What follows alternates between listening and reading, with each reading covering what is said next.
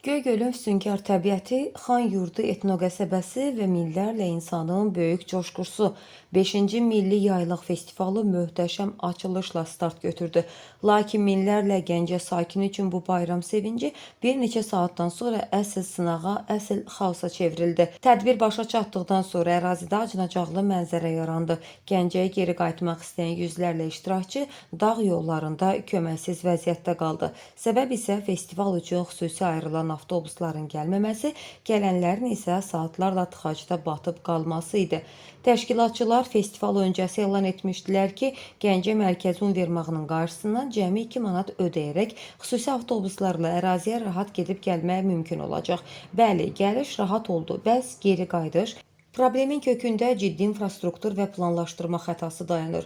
10 minlərlə insanın eyni anda axın etdiyi dar dağ yollarında nəqliyyatın hərəkəti düzgün nizamlanmayıb. Nəticədə xüsusi avtobuslar kilometrlərlə uzanan tıxac bəndini yarıb sərnişinlərə çata bilməyib.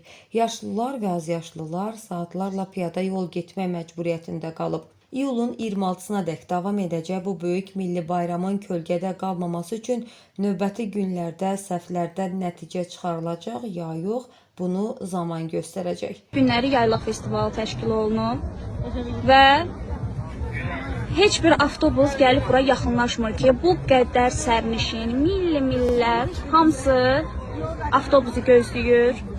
Yəni bu yaylaq festivalı təşkil olunanda bəyən başa düşmədim. Yəni düşünülmürdü ki, bu qədər sərnişin.